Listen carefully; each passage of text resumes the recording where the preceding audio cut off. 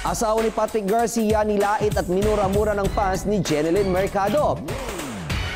Isang galit na fan ni Jeneline Mercado ang nanglait at pinagbumura ang asawa ni Patrick Garcia na si Nika Garcia. Ipinost ni Nika sa kanyang Instagram account ang private message na ipinadala sa kanya ng fan ni Jeneline na tinawag siyang malandi, walang kwenta, pangit, walang konsensya at masarap sa gasaan. Pati ang anak at ang aktor mismo ay pinagmumura din ito kung saan sinay pa nito na sana ay mawala na sa mundo ang pamilya ni Patrick. Nag-send din ang nasabing basher ng picture ni Jeneline at sinabi nito na mas maganda si Jeneline dito. Sa caption ni Nika, humingi ito ng lakas ng loob at pangunawa sa Panginoon upang hindi niya umano sagutin ang masasakit na salita na ibinato sa kanya. Ngunit sa kabila umano nito, wish pa rin niya ang best para sa kanyang basher. Samantala, hindi lingid sa kalaman ng lahat, maayos ang relasyon ng mag-asawang Nika at Patrick kay Jeneline Mercado kung kaya't regular na nadadalaw ng aktor ang anak niyang si Alex Jazz sa aktres.